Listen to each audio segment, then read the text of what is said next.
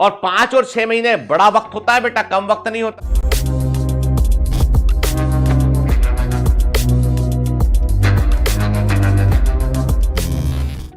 How can I get 600 plus marks in this left over time 5 to 6 month?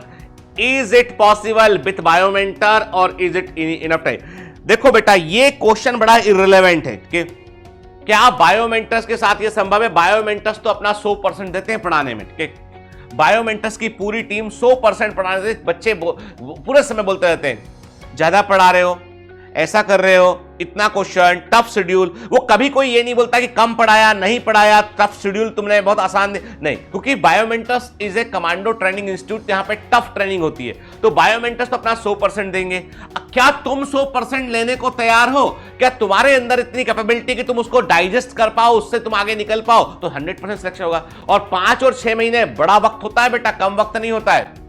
आप Titan batch जो हम लोग शुरू कर रहे हैं उसका पर्पस यही है कि हमें मालूम है 30 चैप्टर फिजिक्स में, 30 केमिस्ट्री में, 38 चैप्टर बायोलॉजी में, कुल 98 डेज होते हैं। 30 हाँ 98 डेज होते हैं। 98 डेज को दिए हम हर दिन एक चैप्टर टारगेट करते हैं, तो 100 दिन के अंदर हम अपना कोर्स पूरा कर सकते हैं। अब यदि आप एक बार रिपीट किए हुए हैं, एक बार पढ़े हुए हैं आप, तो क्यों नहीं होगा? होगा, 100% होगा। क्योंकि आखिरी के जो 5-6 महीने होते हैं ना, ये सब कुछ डिसाइड करते हैं। शुरू के 5-6 महीने सब लोग पढ़ रहे होते हैं, आखिरी के 5-6 महीने कम लोग पढ़ रहे होते हैं, और जब कम लोग पढ़ रहे होते हैं ना, उन्हीं में से सिलेक्शन होता है।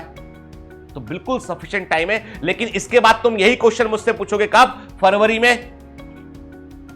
तो बोलूंगा मैं हाँ टाइम है, ठीक है, लेकिन वो सही नहीं होगा।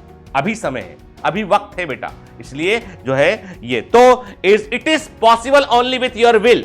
बायोमेंटर्स हो ना हो, किसी और के पास पढ़ रहे हो, मेरे पास पढ़ रहे हो, ज्यादा फर्क नहीं पड़ता। फर्क इस बात से पड़ता है कि तुम सच में पढ़ रहे हो या नहीं पढ़ रहे हो। गाइडेंस मैटर करता है, सही रास्ता मैटर करता है। लेकिन मैं इतना जानता हूं कि आज यदि मैं तो हजारों बच्चों को पढ़ाता हूं, लेकिन उसमें से निकलते तो मुट्ठी भर बच्चे हैं। तो क्या मैंने उन बच्चों को नहीं पढ़ाया था क्या जो नहीं निकले को भी मैंने पढ़ाया, उसकी जिम्मेदारी भी मेरी है। लेकिन जो बच्चा निकला वो अपनी क्षमताओं के कारण निकला, जो नहीं निकला अपनी गलतियों के कारण नहीं निकला। क्योंकि मैं तो सब जगह पर वो बराबर अपना जो पढ़ाने का कंटेंट है बराबर दे रहा हूं उनको। सूर्य की रोशनी के समान है कि कुछ पत्तियां फोटोसिंथेसिस कर लेती है, कुछ इमारतें तप जाया करती हैं, ठीक है, जमीन गर्म हो जाया करती है, इमारतें तप जाया करती है, और वहीं पर पौधे उससे फूड बना लिया करते हैं, जिसमें पूरी प्रकृति टिकी होती है। तो सूर्य की किरणों ने कभी भेदभाव नहीं किया है। जो है वो व्यक्तिगत अंतर है, उस पौधे की क्षमता है और उस बिल्डिंग की अपनी इनकैपेबिलिटी की, वो उससे फोटोसिंथेसिस नहीं कर सकती है। बात इतनी सी के, तो इसलिए बात मैंने क्लियर कर दूं बेटा आपसे कि आपके पास सफिशिएंट वक्त है। धृष्टिराज गोस्वामी जी, आप बेटा मेहनत करो, पढ़ लो इस बार, ठीक है ना।